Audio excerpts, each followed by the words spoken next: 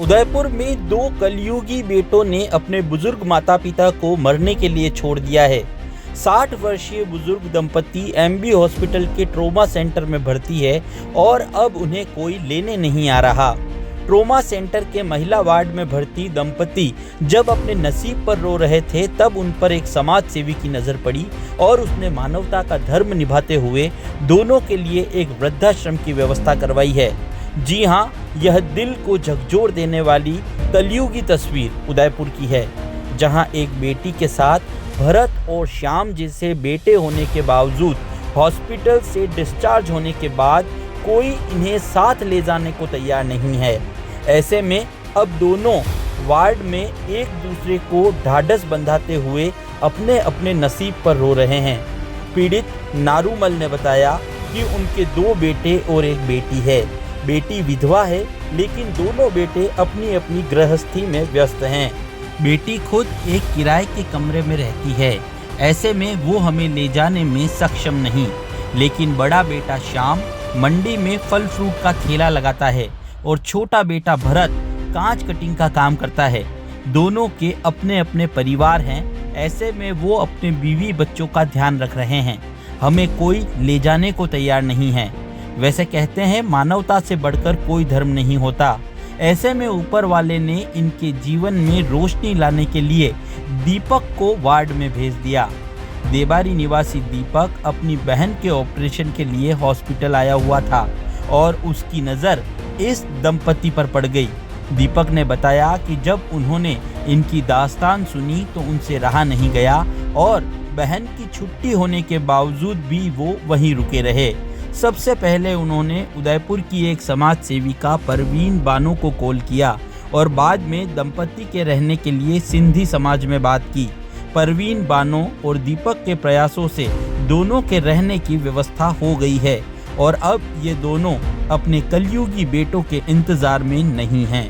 उन्हें उनके अंधकारमय जीवन में दीपक के रूप में रोशनी की एक लो मिल गई है। मेरा नाम नारूमल है, हिंदी में, और परेशानी ये है कि हमारा कोई सहारा नहीं है। बच्चे हैं वो अलग है और मैं अपना या इलाज कराने आया हूँ मैडम का।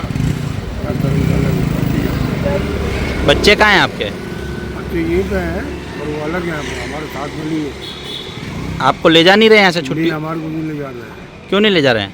वो क्या, हर किसी का अपना अपना वो कहते भी हम अपने, आप अपनी करो हम अपनी करेंगे। कितने बच्चे हैं आपके? 2 बच्चे। क्या क्या करते हैं वो? एक तो फल फ्रूट का काम करता है और एक कांच का फिटिंग का काम करता है, गिलास का। आप एडमिट यहाँ हुए थे तब आपको कौन लेके आया था यहाँ पे? और हमारी बच्ची थी साथ में हमारे और हम थे बस। क्या परेशानी हुई थी? हमारी घरवाली को क्या पैर में स्टेन हो गया था, उसका घुटना टूट गया था। काफ़ी टाइम से मतलब इलाज कर यहाँ पे आके बच्ची के यहाँ। मैं दीपक दमामी निवासी चीख मल्टर चौराहे देवारी का रहने वाला हूँ। बराबर 3 तारीख को मेरी बहन का एक्सीडेंट हुआ था चित्तौड़, तो चित्तौड़ से उसको यहाँ रेफ़र किया था एमबी हॉस्पिटल के अंदर। तो यहाँ लेके आया था मैं अपनी बहन को और यहाँ एडमिट किया था। तो उसका एक्सरा वगैरह भी करवाया था, सोनोग्राफी करवाई थी। तो उसका पाँव टूट गया था, हड्डी। तो एक मेरा साहब ने उसका ऑपरेशन किया था और डॉक्टर भी टीम भी बहुत अच्छी थी। और फिर वहाँ से मुझे यहाँ शिफ्ट कर दिया था फीमेल वार्ड के अंदर।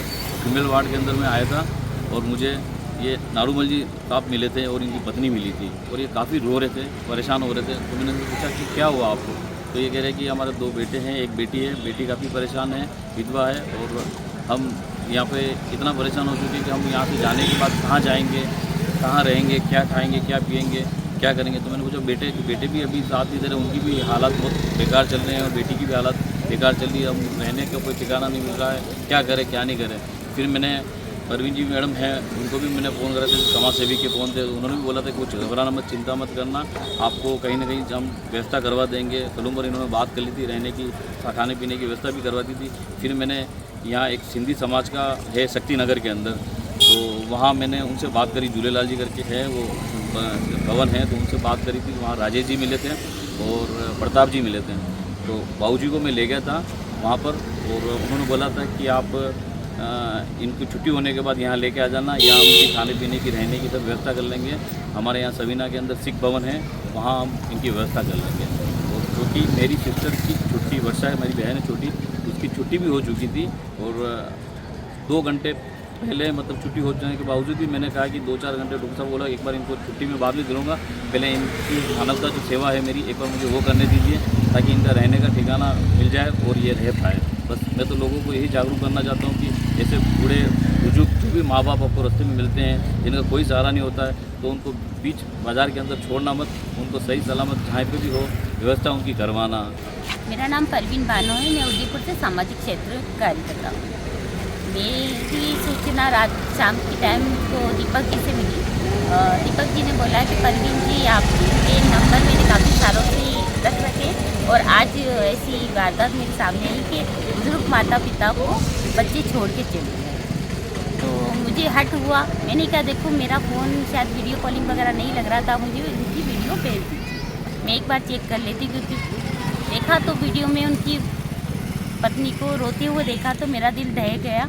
उसी वक्त मैंने सामाजिक न्याय मंत्रालय अपने हेमंत जी से मैंने बात की रात को और उन्होंने सलूमर की सलाह दी कि अगर उदयपुर नहीं होता तो मैं सलूमर में एडजस्ट कर दूँगी। फिर उसके बाद दीपक जी का मैंने बहुत आभार प्रकट किया कि उन्होंने इतना जागरूक काम किया कि एक बुजुर्ग माता पिता क्योंकि खुद अपनी पीड़ा से आए और ऐसे सख्त आए हैं कि जो अपनी पीड़ा को भूलकर दूसरों की मदद पे खड़े हो रहे हैं। तो मैं जागरूकता यही दूंगी कि अपने बुजुर्ग माता पिता की ऐसे वक्त पे आप मदद करें, नहीं कर सकते हैं तो किसी को सूचना दें। ऐसे लावारिस कंडीशन हालत में ना छोड़े कि वो किसी के सामने रोती हुई नजर आए।